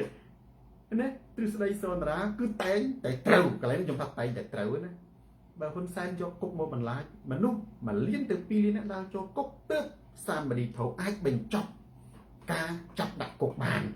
បើមនុស្សនៅតែកិច្ចគុកមិនអាចទេប្រទេសកម្ពុជាទីទៀតហ្នឹងណារបបប៉ុលពតហៅរបបវាលពិឃាតរបបកម្ពុជាទៅជារបបវាលគុកដូរពីវាលពិឃាតមកវាលសម្លាប់នេះវាលគុកគឺវាលចាប់ចងនឹងវាលដាក់គុកនឹងឯងអានេះខ្ញុំគ្រាន់តែជាចំណុចមួយលើករឿងអំពីច្បាប់ធម្មជាតិសង្គ្រាមនៅពេលនេះយើងយល់អំពីធម្មជាតិដូចសាសដូចគ្រូពេទ្យដែលយល់អំពីនៃបុព្វហេតុនៃជំងឺដែលត្រូវដាក់ថ្នាំអីសារៈមេលវាយល់ដូចជាគ្រូពេទ្យចិត្តសាស្ត្រយល់អំពីបុព្វហេតុនៃរឿងដើម្បីព្យាបាលដូចអ្នកវិទ្យាសាស្ត្រយល់អំពីកម្លាំងខ្យល់យល់អំពីចរន្តខ្យល់មានចលនាយ៉ាងម៉េចគេបង្កើតយន្តហោះគេបង្កើតអានឹងយន្តហោះមិនមែនហោះដោយសារតែម៉ាស៊ីនមុខម៉ាស៊ីនក៏ជាកម្លាំងរុញទេគឺជាការសិក្សាអំពីចលនាខ្យល់បុកអានឹងណាដូចយើងលេងខ្លែងមានម៉ាស៊ីនណាមកយើងប្រើកម្លាំងមនុស្សយើងទាញទៅបុកខ្យល់បុកឡើងលើទៅខ្លែងហោះកាន់តែខ្ពស់កាន់តែនឹងអានេះឧទាហរណ៍ចេះខ្ញុំឧទាហរណ៍នេះគឺសិក្សាអំពីធម្មជាតិចឹងបានថាសូនរាននិយាយមានប្រយោជន៍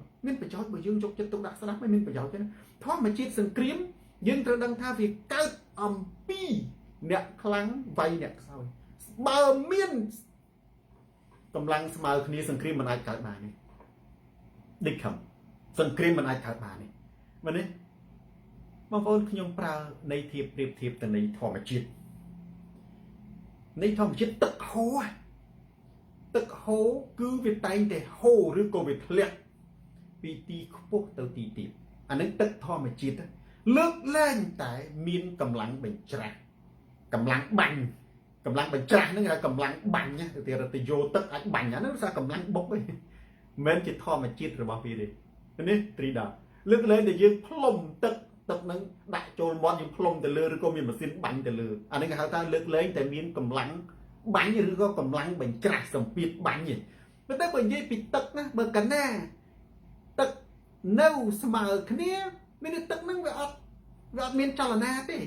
បើថាទឹកហ្នឹងនៅលើផ្ទៃរាបស្មើគឺទឹកហ្នឹងនៅនឹងថ្កល់ប៉ុន្តែបើយើងផ្អៀងបន្តិចផ្អៀងមកវាហូរដូចគ្នាសង្គ្រាមបើយើងនិយាយពីធម្មជាតិរបស់វាកើតចេញពីអតុល្យភាពអំណាចណា បើកណាប្រទេសមួយខ្លាំងជាងប្រទេសនឹងតែងតែធ្វើសង្គ្រាមអ្នកដែលធ្វើសង្គ្រាមមិនដែលទៅធ្វើសង្គ្រាមជាមួយអ្នកដែលខ្លាំងជាងខ្លួនវាងាប់ហើយមិនដែលទៅធ្វើជាមួយសង្គ្រាមជាមួយអ្នកដែលស្មើខ្លួនវាវិនិច្ឆ័យទាំងសងខាងគឺវាតែងតែធ្វើសង្គ្រាមជាមួយអ្នកអន់ជាងជារឿងពិតមួយដែលមិនអាចប្រកែកបានមែនទេជារឿងពិតមួយដែលមិនអាចប្រកែកបានអញ្ចឹងកម្ពុជាយើងកាលណាយើងយល់អំពីច្បាប់ធម្មជាតិហ្នឹងយើងត្រូវដឹងថាអូកម្ពុជាមិនបញ្ជាសង្គ្រាមត្រូវមានទស្សនវិស័យវែងឆ្ងាយមិនមែនពឹងទៅលើតែច្បាប់អន្តរជាតិមួយយ៉ាងយើងត្រូវតែពឹង 100% ហ្នឹងតែប៉ុន្តែយើងមិនត្រូវតែពឹងទៅលើវាមួយយ៉ាងយើងពឹងទៅលើអាហារនិភ័យដែរគឺសាមគ្គីជាតិនៅក្នុងប្រទេសកម្ពុជាហើយនឹងការពង្រឹងកម្លាំងទ័ពដើម្បីធ្វើយ៉ាងម៉េចឲ្យខ្លួនឯងហ្នឹងណាវាទៅស្មើមែនទេវាទៅតុល្យភាពបើកាលណាវាអត់ស្មើទេគឺអាខ្លាំងវាតែងតែរំលោភអខ្សោយអាហ្នឹងហើយដែលគេហៅថាធម្មជាតិសង្គ្រាមណាបងប្អូនឥឡូវយើងមើលនៅលើពិភពលោកអាមេរិកដែលវាយប្រទេសណាដែលស្មើវាដែរអាហ្វហ្គានីស្ថានប្រទេសរត់តបាយស៊ីបានផងមែនទេបាយសាឡាអាមេរិកទៅវាយនៅអ៊ីរ៉ាក់នេះនៅខ្លាំងទេអញ្ចឹងបានខ្ញុំនិយាយថាអាមេរិកវាវាយរហ័សដករហ័សស្លាប់តិចខាតតិចសង្គ្រាមនៅអាមេរិកមានតែសង្គ្រាមវៀតណាមទេអានឹងសង្គ្រាមបុរាណដែលវាវាយយូររាប់ឆ្នាំអាមេរិកបើកាលណាធ្វើសង្គ្រាមលើសពីមួយខែទៅប្រជាជនលែងគ្រប់គ្រងប្រជាជនទោះជាធ្លាប់គ្រប់គ្រងលែងគ្រប់គ្រងបើធ្វើសង្គ្រាមម៉ាំងប្រៅគ្រប់គ្រងបានប្រជាជនអាមេរិកគ្រប់គ្រងទោះជាតែអ្នកមិនគ្រប់គ្រងប្រធានាធិបតីដែលចូលបៃដិនឬក៏មិនគ្រប់គ្រងត្រាំមិនគ្រប់គ្រងប៊ូសក៏ដោយបើមិនជា Bush នឹងដាក់មកប្រើទៅកាន់កាប់អាមេរិកទៅជាគ្រប់គ្រងវិញប៉ុន្តែបើថាអូបឡាយពេកប៉ប្រជាជនអាមេរិកមិនគ្រប់គ្រងទេបងប្អូនត្រូវចាំសម្ដីសម្រាប់ខ្ញុំនិយាយតាំងពីមួយថ្ងៃមុនមួយថ្ងៃពេលដែលសង្គ្រាមអាមេរិកកើតឡើងភ្លាមអានឹងវាស្អីធម្មជាតិសង្គ្រាមបងប្អូនអ្នកខ្លាំងគេមិនអាចធ្វើសង្គ្រាមបន្លាយពេលដោយអ្នកខ្សោយបានទេដូចរុស្ស៊ីនឹងហៅអ្នកខ្សោយទេធ្វើសង្គ្រាមពពាក់ពប៉មួយឆ្នាំពីរឆ្នាំហើយនៅដដែលនោះណាអ្នកខ្លាំងបាយមកប្រើកាន់កាប់ឲ្យឈ្នះឲ្យចាញ់បើទៅមិនរួចឈប់ចរចាតែម្ដងអានេះគេហៅសង្គ្រាមដែលសម្រាប់អ្នកខ្លាំងណាអញ្ចឹងផ្នត់កំណត់នេះគឺជាធម្មជាតិដែរជាច្បាប់ធម្មជាតិដែរអញ្ចឹងសរុបសេចក្តីមកវិញថ្ងៃនេះខ្ញុំចង់ឲ្យបងប្អូនយល់អំពីរឿងពីរសរុបសេចក្តីមកលីអេជួនខ្លីតើណាជាធម្មជាតិនៃសង្គ្រាមកើតពីអ្វីធម្មជាតិនៃសង្គ្រាមតែងតែកើតពីអាខ្លាំងវាយអាខ្សោយមែនទេបើនិយាយពីច្បាប់ធម្មជាតិគឺអតុល្យភាពគឺកឡោបើនិយាយពីជញ្ជីង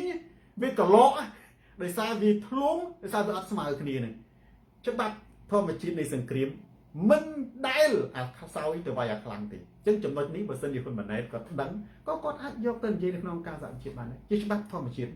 នៅលើពិភពលោកសង្គ្រាមគេមិនដែលទៅយកអានេះទេគឺអាខ្សោយបានអាការពីរបើយើងប្រៀបធៀបកម្លាំងសេដ្ឋកិច្ចកម្លាំងសពាវុធទំហំទឹកដីនិងប្រជាជនខ្មែរខ្សោយជាងអត់មានហេតុផលទៅវាយជាមួយថៃទេ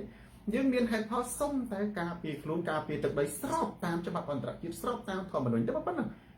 ហើយមិនដែលតតែសោះខ្ញុំនិយាយហ្នឹងថាមិនដែលតតែសោះនៅក្នុងច្បាប់ធម្មជាតិសង្គ្រាមសារៈបងដែលអាខ្សោយទៅវាយខ្លាំងបើមនុស្សស្មើគ្នាក៏អាចឆ្លោះគ្នាតិចតួចដូចឌីប៉ាគីស្ថានកាច់វាយផ្លោងដាក់គ្នាបានតិចទៅឈប់ទៅវិញមិនប៉ាគីស្ថានវាមាននុយក្លេអ៊ែរ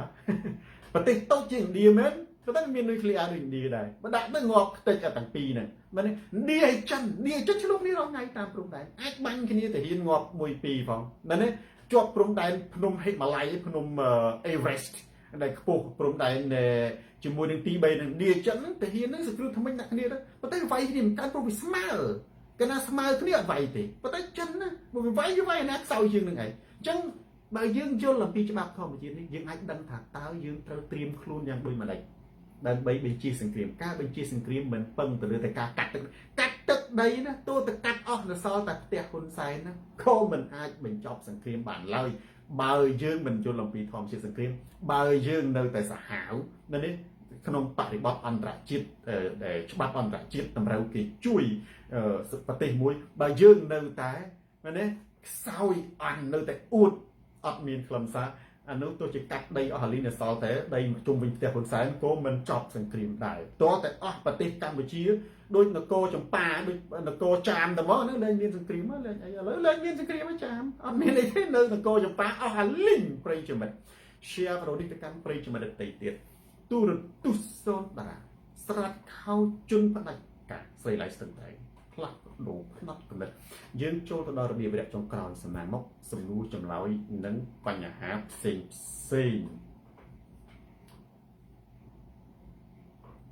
ចឹងសរុបសេចក្តីមកគឺបងប្អូនបានចំណេះដឹងកតិបណ្ឌិតរឿងពិតណា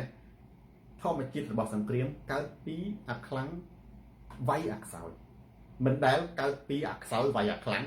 ហើយកម្រអាខ្លាំងវាយអាខ្លាំងណាស់ខ្លាំងដូចគ្នាអោបគ្នាបណ្ដោយចាក់ដៃគ្នាមែនទេកសាងសន្តិភាពបណ្ដោយច្បាប់អន្តរជាតិ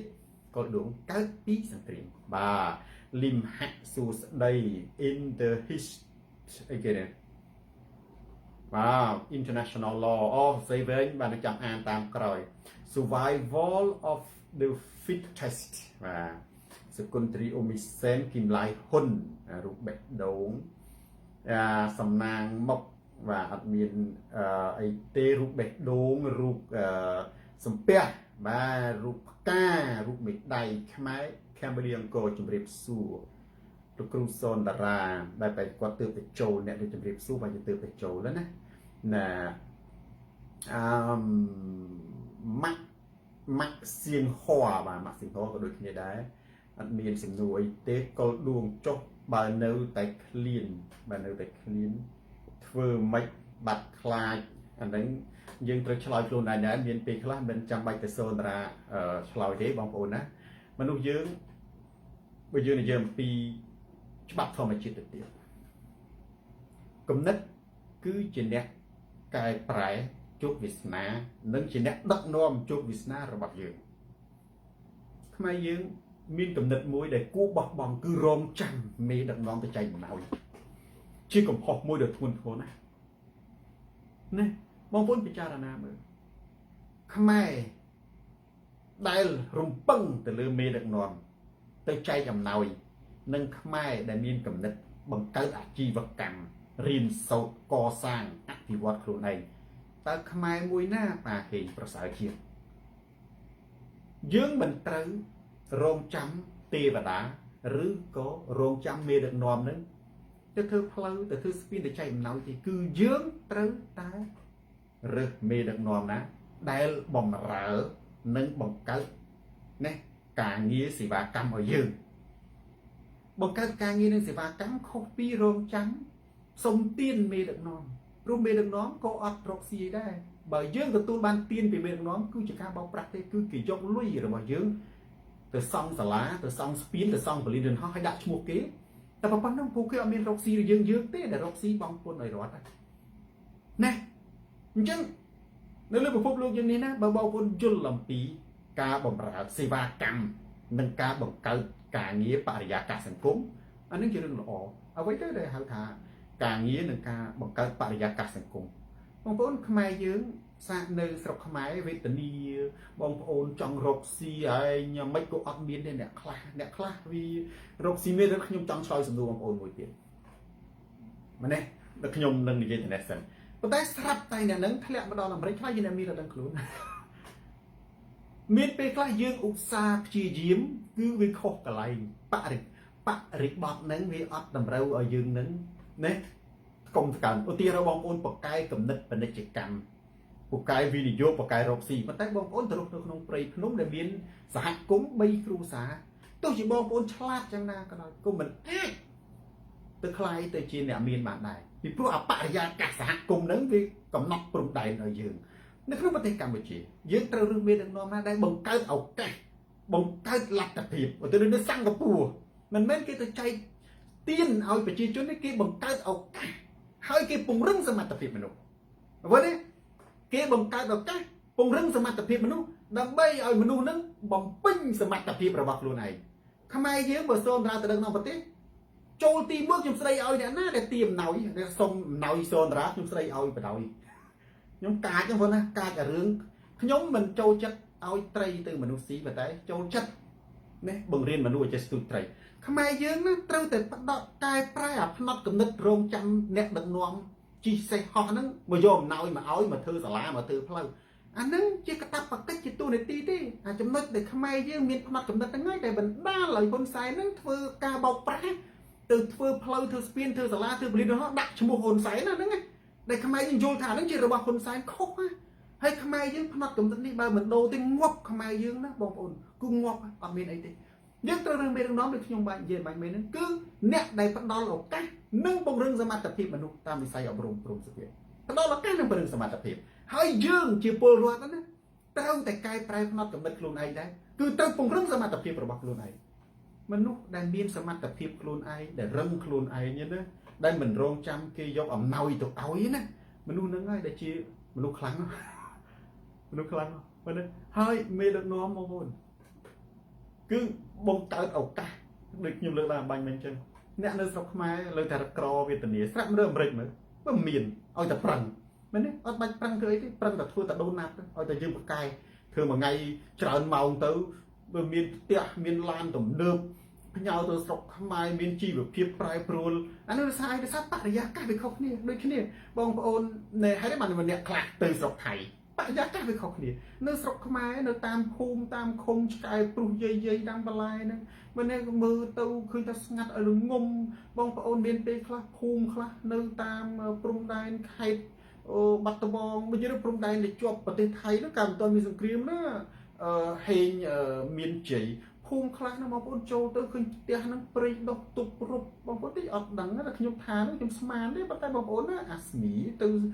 ស៊ើបទៅស្រាវជ្រាវមើលនៅភូមិខ្មែរយើងមួយចំនួនសន្និដ្ឋានតែមានភូមិមែនតែមានផ្ទះមានព្រៃដុះទប់រុបគឺមនុស្សបោះបង់ចោលគេអឋានដើម្បីអីដើម្បីទៅរកលុយបរិយាកាសហ្នឹងវាមិនអាចធ្វើឲ្យមនុស្សហ្នឹងកសាងជីវិតបានមនុស្សចូលថៃបដូរបរិយាកាសអញ្ចឹងមេដឹកនាំមិនមែនជាអ្នកចែកអំណោយទេជាអ្នកដែលបង្កើតឱកាសនិងពង្រឹងសមត្ថភាពមនុស្សឃើញទេ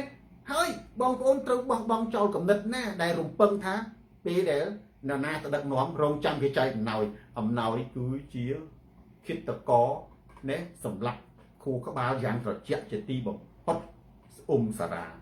បាទស្រីនាងខ្ញុំមិនដែលរស់នឹងអំណោយទេបងប្អូនសមត្ថភាពរបស់មនុស្សម្នាក់គឺខ្លាំងណាស់ចឹងបានសួរថាចុះបើយើងនៅតែឃ្លានទៅហើយនៅតែខ្លាំងទៅត្រូវធ្វើម៉េចកែប្រែបើយើងមិនអាចទៅកែប្រែប្រទេសជាតិមួយទាំងមូលបានកែប្រែខ្លួនយើងសិន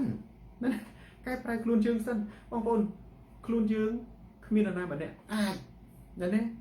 បញ្ជាយើងបើយើងមិនអនុញ្ញាតឲ្យការបញ្ជានោះឥទ្ធិពលនោះចូលទៅក្នុងចិត្តរបស់យើងបានយើងអាចបដូរផ្ដាច់ជីវិតទោះតែស្លាប់ក៏បានដែរឥឡូវទៅដូចសូនតារាតើហ៊ុនសែនអាចបញ្ជាចិត្តសូនតារាបានទេមកពីខ្ញុំមិនអនុញ្ញាតឲ្យទង្វើអយុត្តិធម៌ព្រៃផ្សៃរបស់គាត់ជាឥទ្ធិពលលើខ្ញុំជាអ្នកសម្រេចទេបងប្អូនដូចគ្នាបងប្អូនត្រូវតែចេះចម្លៃខ្លួនណាកុំពឹងទៅលើថាអូស្រីទៅបន្ទោសហ៊ុនសែនពេកមានពេលខ្លះត្រូវពង្រឹងសមត្ថភាពខ្លួនយើងជំនាញរបស់ខ្លួនយើងបើយើងដាំបន្លែខ្លាំងណាបើយើងកាត់សក់ចេះជាងកាត់សក់ឲ្យល្អបើយើងចំមន់បើយើងខ្វះទឹកជាងទីស្រាយើងមានបច្ចេកទេសសកម្មភាពរបស់មនុស្សខ្មែរយើងតាំងពីដើមបង្រៀនមនុស្សនឹងឲ្យមានណាភាពឧស្សាហ៍ព្យាយាមតើបងប្អូនអញ្ចឹងបាននៅក្នុងពុទ្ធសាសនារាល់បុណ្យភ្ជុំបិណ្ឌគេសូត្រវិន័យហើយវិន័យទាំង12ហ្នឹងស្អីគេទេវិន័យទាំង12ហ្នឹងវិន័យទាំង12មានមួយខ្ជិលជាវិន័យបងប្អូនខ្ជិលជាវិន័យនរណាខ្ជិលរងចាំហ៊ុនសែនចែកអំណោយគឺជាវិន័យបាទសុភ័ណ្ឌសពិតណាស់ it starts with the man in the mirror oneself គីមឡៃហ៊ុនត្រឹមត្រូវណាស់បាទអញ្ចឹងបងប្អូនមួយទៀតបើយើងមិនអាចស្វែងរកមនុស្សល្អបានបង្កើតមនុស្សល្អឲ្យខ្លួនឯងធ្វើខ្លួនយើងល្អទៅយើងបាច់រកអីល្អគឺខ្លួនយើងហ្នឹងណាបើយើងមិនទាន់អាចកែប្រែពិភពលោកគ្រីស្ទនិងសង្គមទាំងមូលបានកែប្រែខ្លួនឯងសិន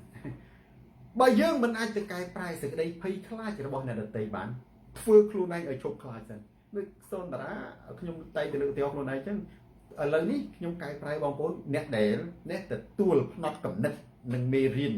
នេះពីសូនតារារាប់ម៉ឺនរាប់សែនអ្នកមិនតិចទេខ្ញុំមិនដឹងគាត់គេមិនប្រាប់ខ្ញុំប៉ុន្តែឧទាហរណ៍ថាទៅខ្ញុំមិនទាន់អាចកែប្រែហ៊ុនសែនបានខ្ញុំមិនអាចកែប្រែប្រជាជនបានប៉ុន្តែខ្ញុំអាចកែប្រែខ្លួនឯងមួយគូជោគជ័យដែរប្រសើរជាងសូនទៅណាគឺសេចក្តីភ័យខ្លាចបាទអញ្ចឹងហើយបានទីខ្ញុំមានទស្សនៈថាដើរចូលកុកឡុងសុភ័ក្រសូមជូនពរលោកគ្រូសុខភាពល្អអរគុណខ្មែរកម្ពុជាអង្គរសូមលោកគ្រូជួបតែសំណាងល្អបាទអរគុណដូចគ្នានរិនថតរូបគេដុតផ្ទះយើងហើយហ្នឹងគឺចែកអំណោយនេះជាទ្រឹស្ដីដែលណាក៏ដឹងដែរបាទ ដុតផ្ទះយើងហើយគេមកចែកអំណោយឲ្យយើងទៀតបាទណាវត្តទេពសង្ឃឹមថ្ងៃមួយបងប្អូនខ្មែរយើងមានកំណត់ថាអូបានមេដឹកនាំវាល្អទៅក្រៃលោកវាមេដឹកនាំល្អយ៉ាងណាក៏ដោយបើយើងអន់ណាគេហៅថាយើងមិនអាចទៅកែប្រែបានទេអញ្ចឹងមេដឹកនាំល្អមិនមែនមេដឹកនាំដែលចែកអំណោយទេគឺមេដឹកនាំដែលបង្កើតឱកាសនិងពង្រឹងសមត្ថភាពរបស់ប្រជាជនដែលអត់ជំនាញគាត់មានជំនាញណាមានជំនាញកសិកម្មមានជំនាញដេរស្បែកជើងមានជំនាញធ្វើសោមានជំនាញកាត់សក់អ្នកដែលពេទ្យមានជំនាញសុខាភិបាលបង្កើតជំនាញឲ្យច្រើនពេលមនុស្សរវល់ហើយការងារសង្គមវាប្រតិកលាគ្នាបើយើងអត់បង្កើតជំនាញផងយើងបង្កើតតែអរគុណសន្តិភាពផ្លាស់អរគុណសន្តិភាពហ្នឹងពេលអញ្ចឹងទៅយកអំណោយទៅចែកហ្នឹងដាក់ផ្លាស់អរគុណសន្តិភាពទៅអាណាងាប់វិញងាប់ទៅអាណារស់ទៅអាណាចង់រត់ទៅស្រុកថៃស្រុកទៅស្រុកយើងគ្មានបង្កើតជំនាញចំណុកឯប្រទេសនឹង30ឆ្នាំ40ឆ្នាំហើយនៅប៉ុណ្ណឹងមនុស្សបើថែម40ឆ្នាំទៅក៏មានផ្លែកដែរបើយើងមិនបដូរផ្នត់កំណត់ទេណាគឺអត់មាននេះផ្លែកទេបងប្អូនគឺផ្លែកតែហ៊ុនសែនទេផ្លែកតែហ៊ុនសែននិងពួកមន្ត្រីអ្នកមានទេមកដល់ចំណុចនេះចុងក្រោយខ្ញុំបំបញ្ញមិញនេះខ្ញុំប្រុងឆ្លើយសំណួររបស់ប្រិយមិត្ត CPP មួយថាបើស្រុកខ្មែរនឹងវេទនាតែចុះអាគេសបាយគ្រប់គ្នាអាគេអ្នកមានឡានមានវិឡានោះនៅនេះគេចាយមិនអស់អ្នកខ្លះមានជាងស្រុកអាមេរិកស្រុកបារាំងផងនោះមកបូព៌ាតើអានឹងយ៉ាងម៉េចវិញសូនផងតែមិនក៏អ្នកឯងនិយាយថាខ្មែរវេទនាតែពួកចៅម៉ាស៊ីនតើគណៈគាត់យើងគេនិយាយចឹងគេថាចុះគេអ្នកមានឡាននោះមិនមកពីសង្គមមិនមកពីហ៊ុនសែនទេគឺមកពីខ្លួនឯងសួរថានឹងត្រូវទេត្រូវខ្លះនេះត្រូវខ្លះ heal you ទៅចូលខុសធំហើយនេះបងប្អូនមានចាំសូនរាននិយាយបាញ់មែន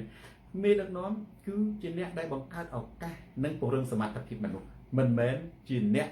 ដែលផ្ដល់ឱកាសឬក៏បលែងចង់និយាយថាអាណាខ្លាំងក៏ខ្លាំងទៅអាណាអន់ក៏អន់ទៅអានោះមិនមែនជាមេដឹកនាំទេមែនទេមេដឹកនាំគឺជាអ្នកដែលប្រទេសកម្ពុជាណាអាណាខ្លាំងទៅអាអ្នកមានកាន់តែមានអានេះគេចង់និយាយអាអ្នកមានឡានអាអ្នកមានលទ្ធភាពទៅលក់ដីវាមានលុយអានេះដាក់លុយក្នុងកប៉ៅទៅអាអ្នកគ្នាអត់មានលទ្ធភាពអត់មានដីនឹងក្ររត់ទៅស្រុកថៃស្រុកទៅវាអតុល្យភាពប្រទេសមួយដែលបកកាយគឺជាប្រទេសដែលជួយអ្នកខ្សោយជួយនឹងមិនជួយចែកអំណោយទេជួយបង្កើតជំនាញនិងឱកាសដើម្បីឲ្យអ្នកខ្សោយនឹងគ្នាមានលទ្ធភាពទៅលើអ្នកមានដែរអញ្ចឹងហើយបានជានៅស្រុកអាមេរិកទេបងប្អូនស្រុកអឺរ៉ុបយើងនិយាយឧទាហរណ៍តែអ្នកខ្លាំងនេះចុះយើងកុំយកតាមប្រមូលអ្នកខ្សោយគឺយើងមើលតាមផ្លូវដឹងថាអ្នកណាមានអ្នកក្រទេនៅស្រុកបារាំងនេះកន្លែងខ្ញុំចុះ star ការងារហ្នឹងគឺ manager អ្នកគ្រប់គ្រងបាត់ជីឡានកញ្ចាស់ទេចំណែកកម្មករទៅជីឡានថ្លៃស្រុកយើងគេអាចវិតម្លៃនៅលើដងផ្លូវតាមរយៈឡានបានណាបានមួយចំនួនធំមិនមែនទាំងអស់ទេប៉ុន្តែបើនៅស្រុកបារាំងស្រុកអាមេរិកនេះបងប្អូនឡានថ្លៃមិនឆ្លុះបញ្ចាំងអំពីទ្រព្យសម្បត្តិទេឆ្លុះបញ្ចាំងអំពីចំណូលចិត្តទេជីកង់ពាក់មួកទៅធ្វើការជាចំណូលចិត្តទេមានពេលខ្លះថៅកែក្រុមហ៊ុនគាត់ជីកង់ទេគាត់ចូលចិត្តធាក់កង់ព្រោះគាត់ដែលធ្វើការច្រើនពេកក៏មានពេលហត់ប្រាណហ្នឹងគាត់ធាក់កង់ចម្ងាយប្រមាណហ្នឹងដើម្បីសុខភាពគាត់ទៅបងប្អូនណាបើយើងប្រទេសមួយនៅក្នុងប្រទេសកម្ពុជាគេថាអូឲ្យចុះអាគេមានឡានមានអីអាហ្នឹងគឺជាប្រទេសដែលអន់ដែលដូចធម្មជាតិអាណាគេមានទៅសេចតែមានអាណាអត់ទៅណាបើសូនត្រាទៅក្នុងប្រទេសខ្ញុំមិនធ្វើអញ្ចឹងទេគឺខ្ញុំជួយឲ្យវាមានតុល្យភាពបងប្អូនតុល្យភាពចង់និយាយថានៅស្រុកណាក៏អាចមានជីវភាពដូចគ្នាស្រៀងគ្នាទៅស្រៀងគ្នាហ្នឹងវាមិនមែនជារឿងឆៃដន្យទេណាដូចជានៅស្រុកបារាំងដូចនៅស្រុកអាមេរិកតែមនុស្សលើកលែងតែមនុស្សហ្នឹងសម្រេចជំរឿយកវិធីដេកក្រោមស្ពានអាហ្នឹងជាជំរឿក៏យើងមិនអាចទៅហាមគេបានដែរអានេះស៊ុយសារីណាកាអាហ្នឹងក៏យើងមិនអាចទៅហាមគេបានដែរប៉ុន្តែចង់និយាយថាប្រទេសយើងនោះគឺវាធម្មជាតិសុទ្ធសាធដឹកនាំរីកចម្រើនទៅហ៊ុនសែនទៅចង់អាណាធ្វើទៅអានឹងគេមិនហៅមេដឹកនាំទេគេហៅថាមេដឹកនាំព្រៃមិនជេរទេព្រៃគឺធម្មជាតិមេដឹកនាំធម្មជាតិទេតាអានេះរស់ស៊ីបានរស់ស៊ីទៅត្រូវហើយស្រុកខ្មែរអាអ្នកដែលមានខ្សែទៅអាអ្នកដែលកូនមន្ត្រីទៅអាអ្នកដែលកាន់កន្លែងខ្លាញ់ទៅហើយយើងមើលទៅលើប្រជាជន17លានអ្នកហ្នឹងតើមានចំនួនប្រមាណលានអ្នកដែលតុល្យភាពនៅក្នុងសង្គមដែលអាចទាញពួកគេនឹងឲ្យមានបែងចែកផលសង្គមទទួលបានផលសង្គមហ្នឹងវាអត់អាហ្នឹងណាអញ្ចឹងគេមិនបដិសេធទេថាអូស្រុកខ្មែរមានអុកញ៉ាទទួលស្គាល់បងប្អូនស្រុកខ្មែរមានអុកញ៉ាមានមហាសេដ្ឋីមានជាងអ្នកអាមេរិក100ដងណាមែនទេមានជាងអ្នកស្រុកប្រាំង100ដងគេមានលុយរាប់លានដុល្លារអ្នកអាមេរិកអ្នកស្រុកប្រាំងខ្លះគ្មានលុយប៉ុណ្ណឹងទេប៉ុន្តែគេមានតម្លៃមែនទេ ជីវិតរបស់គេកុំទៅកើនគេទៅលេងស្រុកខ្មែរមានពេលខ្លះអ្នកអាមេរិកអ្នកប្រាំងណាទៅលេងស្រុកខ្មែរមិនមែនលុយច្រើនជាងទេឃើញគាត់ដល់ចែកលុយណាឃើញគាត់នឹងគាត់អាណិតគាត់ស្រឡាញ់ប៉ុន្តែវាជាឱកាសហ្នឹងគឺមានន័យថា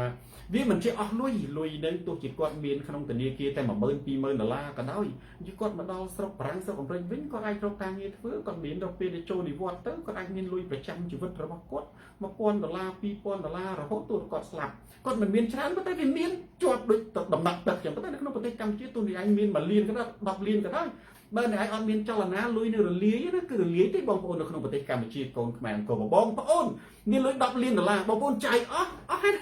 នៅស្រុកនេះគ្មានចាយលុយអស់អីអានឹងជាប្រព័ន្ធមួយគេនិយាយទៅនៅស្រុកបារាំងបើយើងធ្វើការចូលនិវត្តន៍យើងមានប្រាក់ចូលនិវត្តន៍យើង2000ឬ1500ដុល្លារទោះយើងចូលមកឈូសតែបើតែយើងអត់មានលុយ2លានដុល្លារ1លានដុល្លារនៅក្នុងធនាគារនៃស្រុកខ្មែរមែនប៉ុន្តែវាមានតម្លៃលុយហ្នឹងវាជីវិតមានតម្លៃណាជីវិតមានតម្លៃព្រោះជីវិតយើងវាអត់មានអីណាងាប់ទៅមានយកទៅតាមណាទ្រព្យសម្បត្តិអស់ហ្នឹងអញ្ចឹងអាកន្លែងនេះជាកសិទ្ធិជាគំនិតរបស់មេដឹកនាំទាំងអស់ដែលខ្ញុំចង់និយាយខ្ញុំទទួលស្គាល់ការពិតណាថានៅស្រុកខ្មែរមានអ្នកមានរដ្ឋគេមានណាគេមានទេខ្ញុំនិយាយលេងអញ្ចឹងបានខ្ញុំថាចេះទៅបងប្អូនណាមែនទេខ្មែរយើងនៅក្រៅប្រទេសណាដែលគាត់មានសន្តានចិត្តគឺមនោសញ្ចេតនាចំពោះទឹកដីនឹងអាណិតប្រជាជនទេគាត់មិនមែនមានជាងពួកអុកញ៉ាគាត់មិនមែនមានជាងអ្នកបើកហាងកាហ្វេនៅស្រុកខ្មែរទេណាគាត់អត់មានទេជួនកាលបងប្អូនគិតថាគាត់សម្បើមគាត់ចាយលុយធូរហ្នឹងណាគាត់មានគាត់ទៅហ្នឹងគាត់មានលុយ10000 20000គាត់មកវិញគាត់អស់អាលីងហ្នឹងអស់ពីកុងធនាគារអស់ពី account ធនាគារមកណាគឺគាត់ត្រូវធ្វើការហើយបង់ទៅថ្លៃផ្ទះថ្លៃទឹកថ្លៃភ្លើងប៉ុន្តែលុយហ្នឹងដូចខ្ញុំនិយាយបាញ់មិញហ្នឹងវាមិនចេះអស់តែបិទតែមិនមានមិនចេះអស់ប៉ុន្តែវាស្មើភាពកុំទីស្មើភាពនរណាក៏ទទួលផលហ្នឹងដែរប្រទេសកម្ពុជាអ្នកអត់តែមកអត់អាលីងអត់មានអីទេមែនទេអត់អាលីងហើយមួយទៀតដែលខ្ញុំតែងតែលើកឡើងហ្នឹងគឺបានក្រីក្រហ្នឹងគេចែកតែក្នុងប្រទេសអ្នកមានទេគឺព្រោះគេជួយដល់អ្នកក្របន្តិចបើប្រទេសហ្នឹងក្រ7 10លានហើយយើងមានបានក្រីក្រមានទេរត់ចិញ្ចឹមប្រជាជនបាត់ហើយអាហ្នឹងត្រូវប្រយ័ត្នប្រយែងណាស៊ូសូនតារានិយាយចឹងបងប្អូនខ្លះភ័យដល់លេចង់បានខ្ញុំកូនសិស្សសូនតារាណាទៀមបានក្រីក្រត្រូវមាត់ខឹងខ្ញុំកុំទៅចង់ស៊ីបានក្រីក្ររលុយខ្លួនឯងទៅហើយរដ្ឋាភិបាលត្រូវពិចារណាកន្លែងហ្នឹងដែរណាបានក្រីក្រហ្នឹងគឺគេចែកសម្រាប់ប្រទេសអ្នកមានព្រោះអ្នកក្រវាមានតិចព្រោះអ្នកក្រច្រើនពេកអានឹងប្រទេសមួយទាំងមូលរត់ចិញ្ចឹមមកបងប្អូនណាទៅប្រយ័ត្នប្រយែងចិត្តទៅធ្វើតែប្រទេសតែប៉ុណ្ណាអញ្ចឹងយើងត្រូវបែងចែកទៅថាប្រទេសយើងហ្នឹងដើម្បីបំបត្តិភាពក្រីក្រទី1បង្កើតការងារហើយសល់ក្រីក្រប្រមាណដែលយើងចង់កុំឲ្យសង្គមនឹងវាភ្លងយើងចង់ថ្លឹងសង្គមនឹងឲ្យវាល្អសង្គមនឹងកុំឲ្យវាមានកលៀតពេកយើង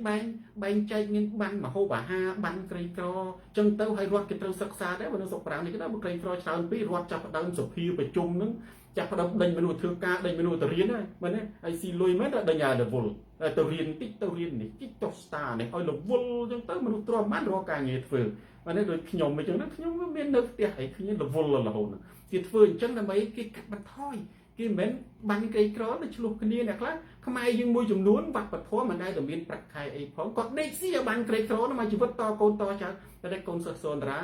នេះខ្ញុំថានឹងអាចយកបដោះអាសន្នមួយខែ2ខែទៅចុះប៉ុន្តែអ្នកណាដែលទៀមទាបានក្រីក្របដូរផ្ដាច់ល្អូហើយជាកូនសិស្សសូនតារាអានឹងត្រូវមកហើយកូនសិស្សសូនតារាគឺជាអ្នក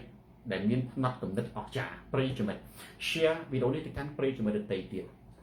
ទូរទស្សន៍សូនតារាស្រាប់ខោជន់ផ្ដាច់ការផ្លាស់ប្ដូរផ្នែកគំនិតចឹងដោយសារតែពេលវេលាមានកំណត់ឌីណាហ្វឺផ្លាយីហោខ្ញុំសូមបញ្ចប់ការផ្សាយផ្ទាល់ដល់ត្រឹមនេះចប់អរគុណប្រិយមិត្តដែលបានតាមដានទស្សនាការផ្សាយផ្ទាល់នេះតាំងពីដើមដល់ចប់ share វីដេអូនេះទៅកាន់ប្រិយមិត្តដទៃទៀត